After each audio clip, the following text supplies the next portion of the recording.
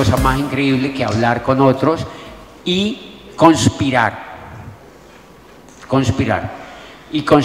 Porque el mundo cambió cuando la gente pudo hablar con otros.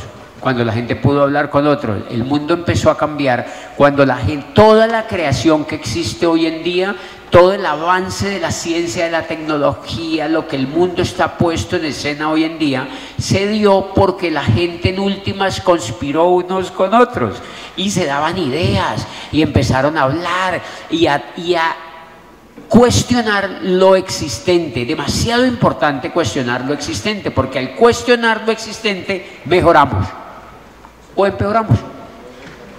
Cualquier cosa se da, o mejoramos o empeoramos, pero lo importante es que cambiamos. Entonces la tertulia es muy linda porque arrancó con un grupito de amigos y lo que queremos pues es compartir con gente de Cali.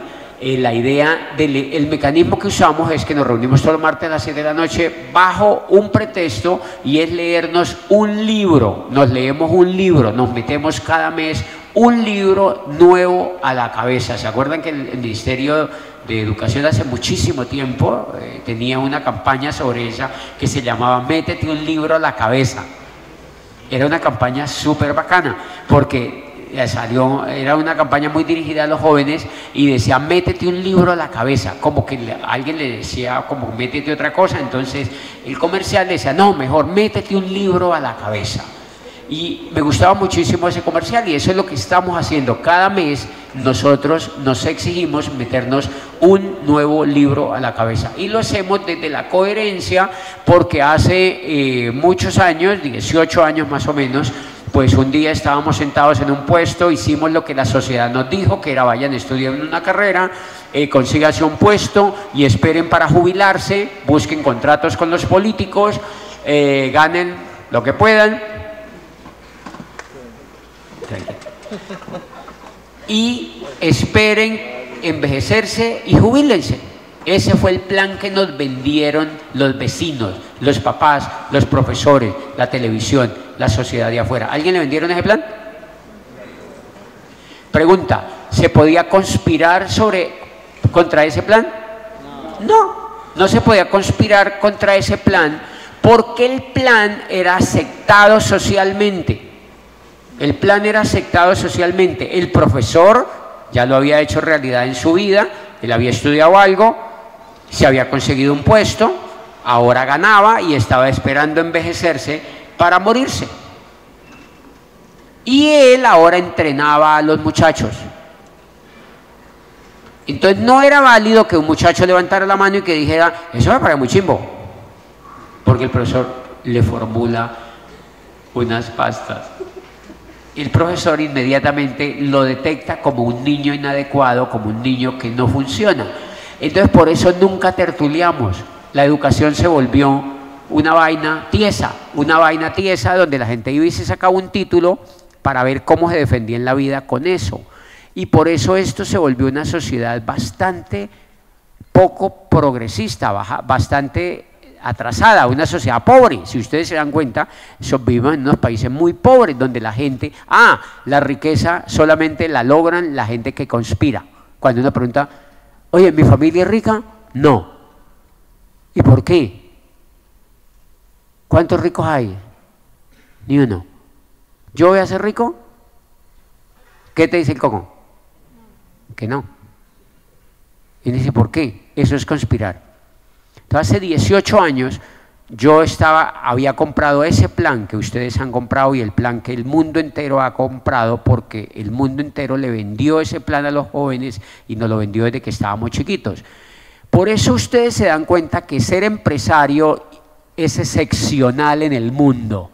Ser empresario es excepcional en el mundo. Ser rico en el mundo es excepcional. Yo no tenía ni idea del poquitico de ricos que hay en el mundo. Atérrense, son muy poquitos.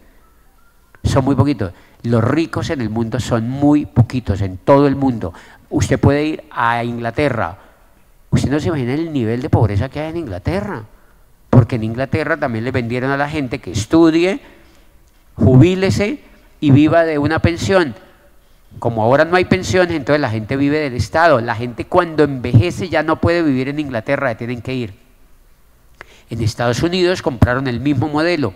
Edúquense, jubílense, y cuando la gente ahora se jubile en Estados Unidos ya no puede vivir en Estados Unidos, se tiene que vivir a Costa Rica, se tienen que vivir a Panamá, se tienen que venir a El Salvador. Antes no se venían porque los mataban, ahora con Bukele se vienen a El Salvador. Es decir, le vendieron un plan torombolo. ¿Por qué nadie cambió? Porque no nos enseñaron a conspirar, porque no nos enseñaron a rebelarnos y porque no nos enseñaron a cuestionar. Y hace 18 años un man se metió a mi oficina, me hizo conspirar, me mostró una información, me mostró unos libros, y ese es uno de los libros,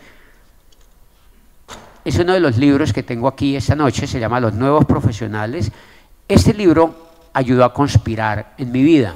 Yo era abogado, había estudiado psicología, tenía posgrados y era rector de una universidad. Muy difícil conspirar, pero no era feliz.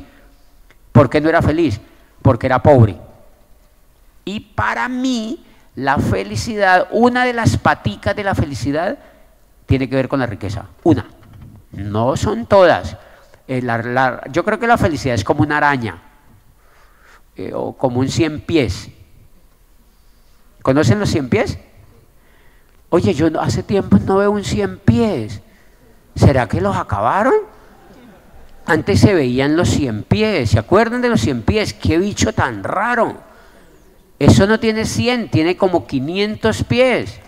De verdad, eso camina con pelitos, así es un tubo así de largo, y camina con pelitos y camina rápido, por eso le llaman 100 pies. ¿Quién le contó los pies? ¿Algún profesor? Pero nadie es realmente consciente de que eso tenga 100 pies, sino que le llaman 100 pies, debe tener un poco, pero tiene más.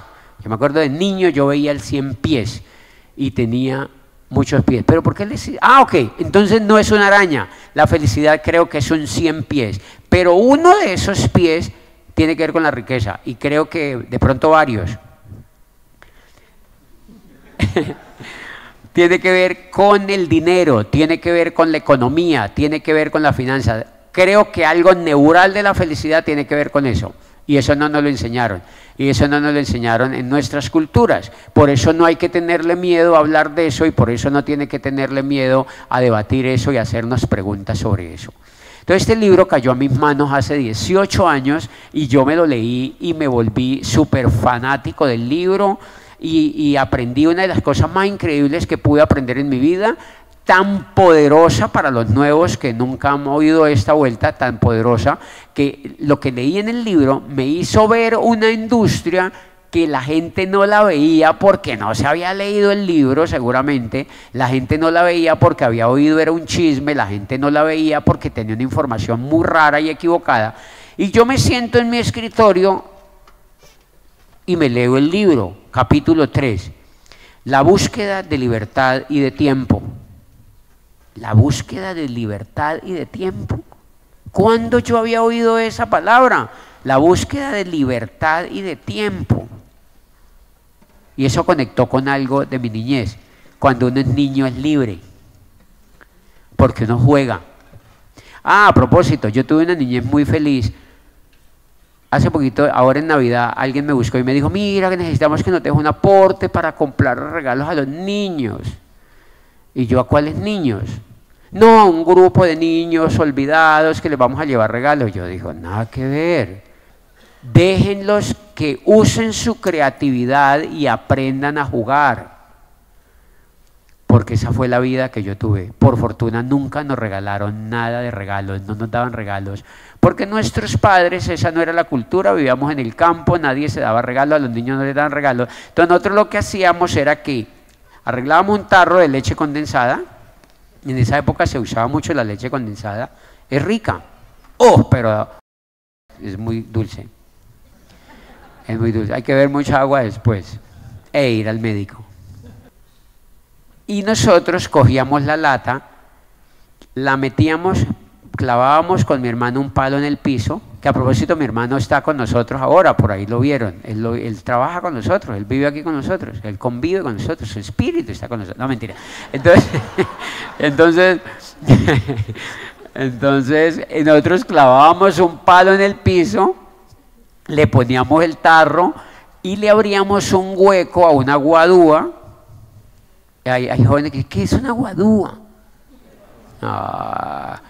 Le abríamos un hueco, lo metíamos al palo, le poníamos un travesaño en la punta acá y otro travesaño en la punta allá y nos subíamos y eso se llamaba el burro. Y era puye el burro, papi. Eso es mucho mejor que le regalen a uno un muñeco inflable. Esa vaina empezaba a girar así. En un tarro de leche, eso empieza a pulir el la guadúa y esa vaina coge la velocidad del sonido. Y empezaba y uno veía la naturaleza así, como no, yo me sentía como si estuviera llegando a Júpiter, o sea, esa vaina, claro, hasta que el niño pierde el equilibrio y yo salía volando por debajo del platanal y el otro quedaba, porque mi hermano era más grandecito, quedaba pegado acá y yo salía, papi, escupido por allá. Eso es lo que lo vuelve a uno varoncito. Dejen que sus padres tengan creatividad y que esos niños usen su tiempo para ver cómo se divierten. Que día me enterneció demasiado una historia que vi en Nueva York, que de hecho salió por YouTube y la mostraron. Yo tengo, ¿visten los perros que traímos que de aquí? Ese chiquito es un Jack Russell Terrier, es el de la máscara. Yo lo conseguí porque ese perro me parece increíble. Cómprense un perro de esos. Es el de la máscara, súper inteligente. Y ese perro, en la Navidad del año pasado, hizo, y lo sacó hasta CNN, salió por videos, porque un perro en la Navidad de Nueva York, cuando Nueva York está congelado y la gente está en sus casas cantando no, allá no cantan eso, pero sí cantan villancicos, como en todo el mundo, y estaban la gente metida en sus casas comiendo, y toda la ciudad sola, pues el perro agarró una pelota, la tira por el subterráneo del metro, a 3 pisos abajo, sube, la tira y se va persiguiendo la pelota hasta el 3er piso del subterráneo, la recoge, vuelve y sube, y vuelve y la tira. Entonces la prensa lo recoge, lo graban y dicen, es increíble la inteligencia de ese perro. Él mismo busca la forma de divertirse, no espera que le regalen nada. Es un perro inteligente. Nosotros vivimos esa infancia preciosa. Nosotros hacíamos caminos por debajo de los bosques y nos picaban bichos. Y sabían que eso es lo que le crea la defensa a uno. Usted no imagina el mundo de bichos que me han picado a mí a lo largo de la vida. Y nos picaban hipas de esos gusanos de pelos, nos hinchábamos. Nos picaban avispas, nos ponían las manos así de grandes, en un cachete te lo pone así de grande, o sea, era divertidísima la vida y éramos niños. Por eso la felicidad tiene muchísimas caras,